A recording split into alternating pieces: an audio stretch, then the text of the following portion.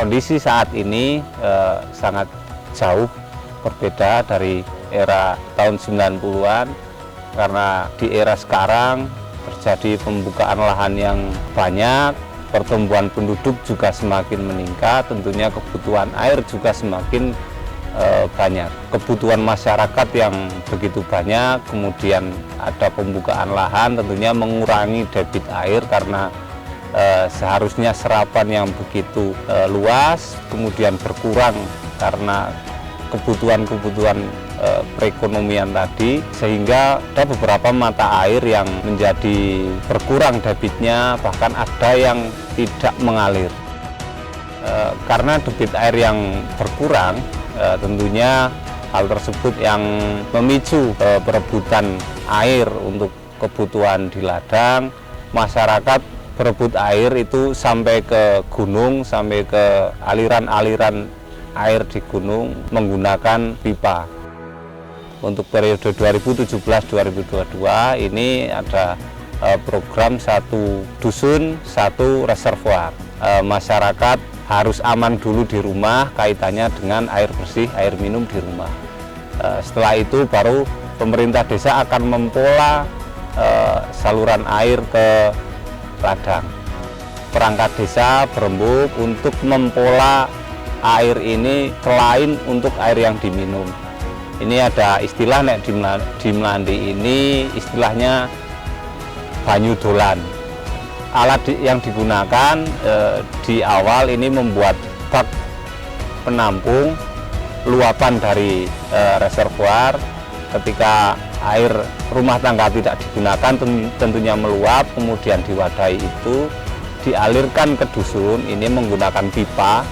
Nah, di dusun ini baru dipola, dibagi ke salah satunya fasilitas umum, masjid, musola, madrasah. Kemudian ada juga yang bisa dimanfaatkan untuk kolam di sekitar perumahan, dan ini juga bisa dialirkan ke ladang di sekitar dusun perkampungan atau di areal bawah dari dusun tersebut. Misal untuk mengaliri ke ladang ini perlu sedikit lebih banyak, ini masyarakat bisa meminta pipa dari tetangga. Misal ada pipa satu ini kurang banyak, saya ke tetangga untuk meminjam pipanya ini untuk dialirkan ke ladang, dan ini bisa menjadi komunikasi antar warga sehingga mengurangi konflik tadi berkaitan dengan kekurangan air dan kebutuhan air. Ada beberapa permasalahan kecil berkaitan dengan pola kranisasi di setiap rumah. Ini tentunya tidak lepas dari budaya Desa Melandi yang sejak dari saya kecil, bahkan dari orang tua saya kecil ini tidak ada istilah keran di desa ini, karena ada sekitar 34 mata air yang bisa dimanfaatkan di Desa Melandi. Akan tetapi kita membaca perkembangan penduduk, kebutuhan akan air baik untuk manusianya atau untuk tanamannya, ini kita wajib mempola itu, sehingga program kranisasi di setiap rumah ini wajib digalakan. Akan tetapi tidak mudah karena mempola masyarakat yang dulunya tidak pernah memakai keran kemudian dipakai harus wajib ada keran, ini tidak mudah, sehingga pertimbangannya dari segi biaya iuran ini harus dibuat seringan mungkin, secukupnya untuk pengelolaan. Untuk manfaatnya tentunya sangat tinggi, sangat bermanfaat bagi masyarakat. Dulu ketika air belum pakai keran, ada di beberapa wilayah sangat besar airnya, tentu di wilayah yang paling pinggir ini kecil sekali.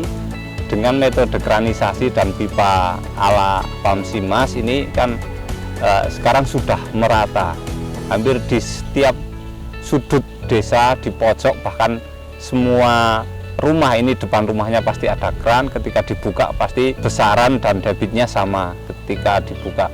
Jadi pemerataan air di Desa Melandi ini sudah sangat sempurna. Untuk target kita 100% sudah keran, paling penting di situ dulu. Kemudian kita setelah 100% berkeran, kita bisa berhitung kebutuhan masyarakat Melandi itu berapa, terus debit air yang masuk ke desa itu berapa. Dari situ kita bisa berhitung. Tentunya ada waktu-waktu tertentu ketika air itu tidak digunakan. Nah, di situ ada sedikit mimpi untuk mewadahi dari air yang tidak digunakan itu untuk kita manfaatkan, bahkan kita jual. Kalau tidak ke desa lain, mungkin ke PDAM kalau bisa.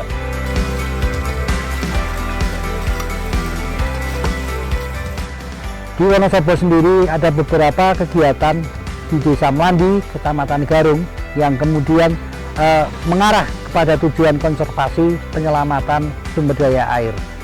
Salah satunya adalah pemberdayaan kelompok pengelola sarana prasarana air minum dan sanitasi di Desa Melandi yang memanfaatkan air secara efektif dan efisien, baik digunakan untuk kebutuhan rumah tangga maupun sisanya digunakan untuk mengairi lahan pertanian.